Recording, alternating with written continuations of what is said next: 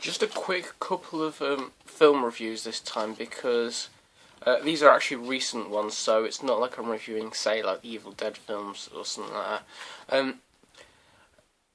This is a remake, and if I say I'd buy that for $1, you have more of a chance knowing what it is than not knowing what it is. It's the remake of Robocop. Now, I was quite sceptical when I heard about this because I do love the first one.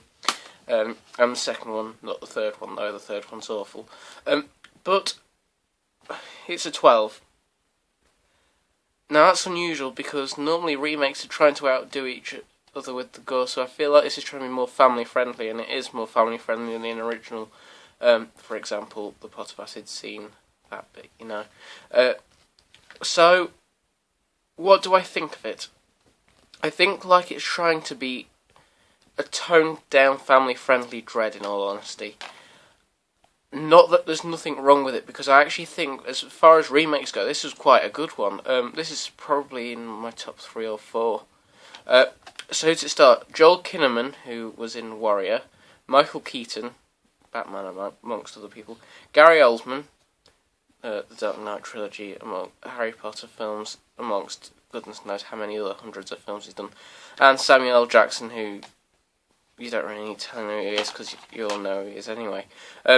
So, does it follow a similar story set in the future? Yep. It's set in 2028 in Detroit. A cop's blown up, and basically the only way that they can save him is by putting them into this Omnicorp prototype. And they do. They put him in it, but it was a setup all along, and it was planned for this to happen. That might be a big spoiler if you've not seen the film. It's an amazing film, I will give you that.